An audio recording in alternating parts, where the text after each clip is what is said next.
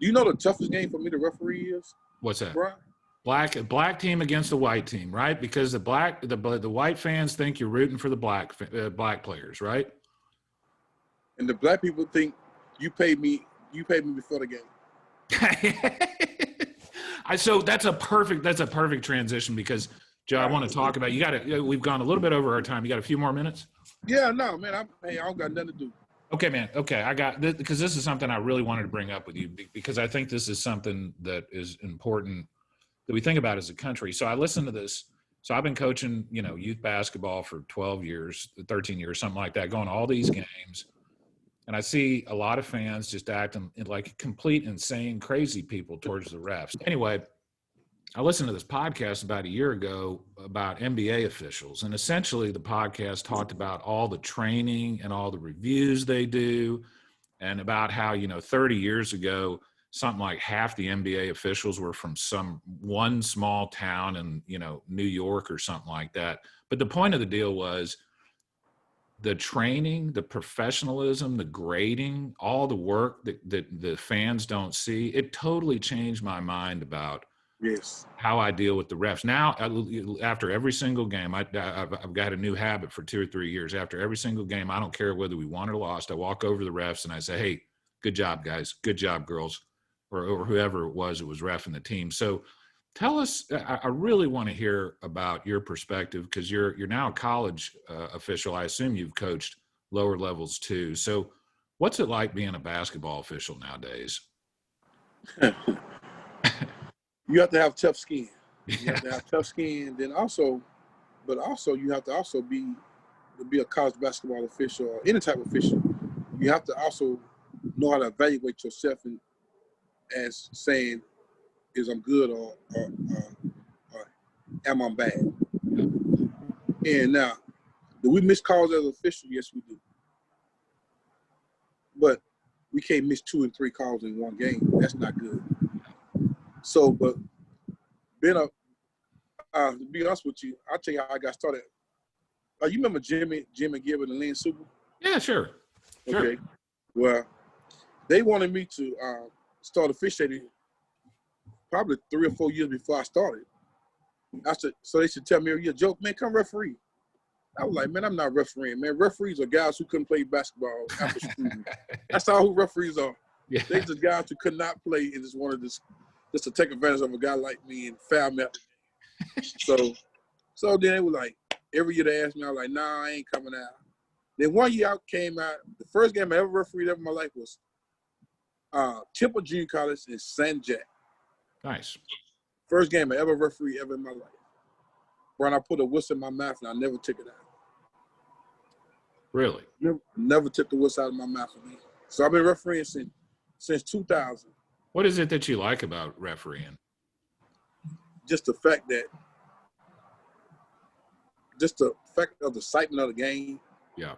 Then it's the fact that I feel like I bring something to the game that no other official bring, and that's a former guy,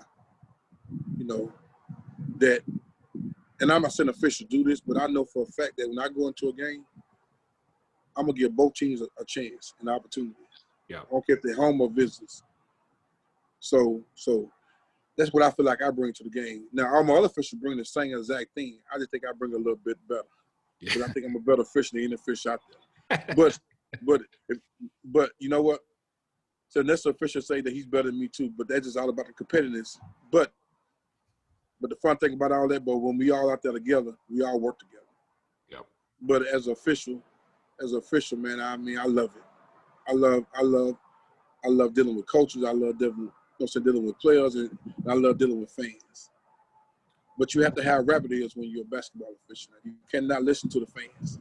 Yeah, I some of the things that are said to referees are so bad that I kind of slap myself on the head and go, man, I can't believe people are so rude and cruel. And the other thing is, bro, I'm stopping you. The NBA players complain far too much too, in my opinion. I mean, they they're complaining so dang much. I mean, play the game and quit looking at the referees all the time, guys. It's so fun. I'm gonna say a racist joke.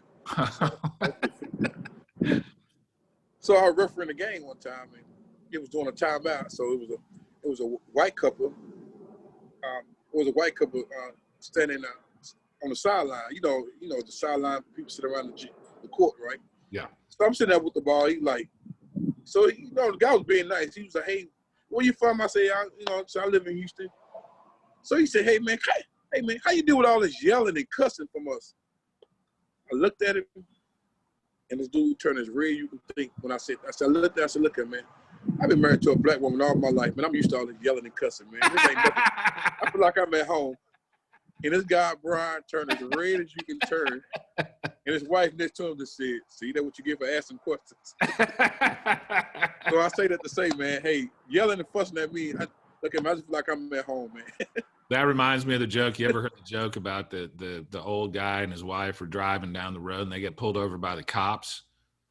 And the cops kind of looking in the window and he goes, points to the wife and says, does your husband always drive this bad? And she goes, "Only when he's drunk."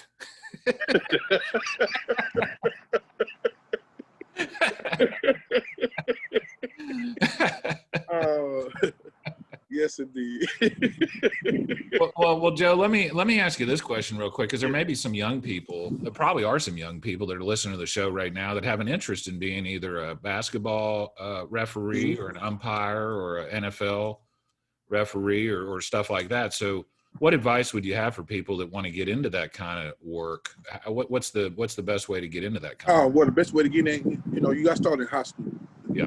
So find your local high school chapter.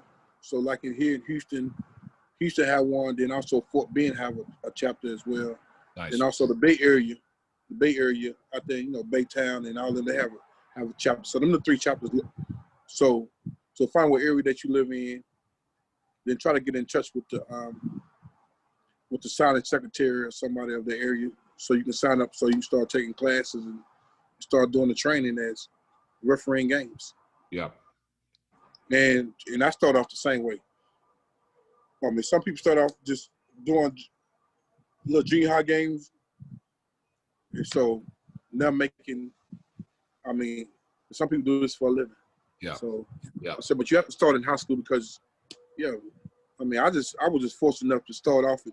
I mean, my first game was a college game, but trust me, I mean, the game was over my head.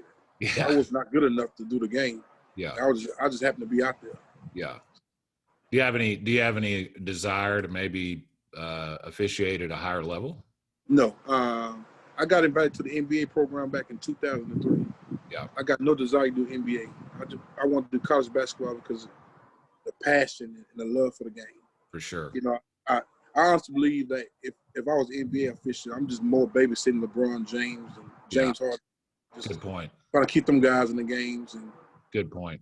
Because you think about it, at that level, Brian, if I foul them guys out too many times, I ain't gonna last too long in that league. That's for sure. No doubt about that. That is a totally different level. Yeah, that's a whole I hadn't thought about it that way, but you're right. That's a totally different. Yeah, that's a whole different animal, and that's an animal that I don't want to battle with every night. I mean, I got buddies that referee in the NBA. Nothing against them, but I love college basketball. So they came to me today and say, "Hey, Joe, this is your last year refereeing. Or you know what, Joe? It's your last game you ever referee. You're like, what game you want to do?" And I say, "Hey, man, give me game 7. No, if they say, well, Joe, take game 7 of NBA Finals or take the NCAA championship game, I take the NCAA championship game 10 out of 10 times."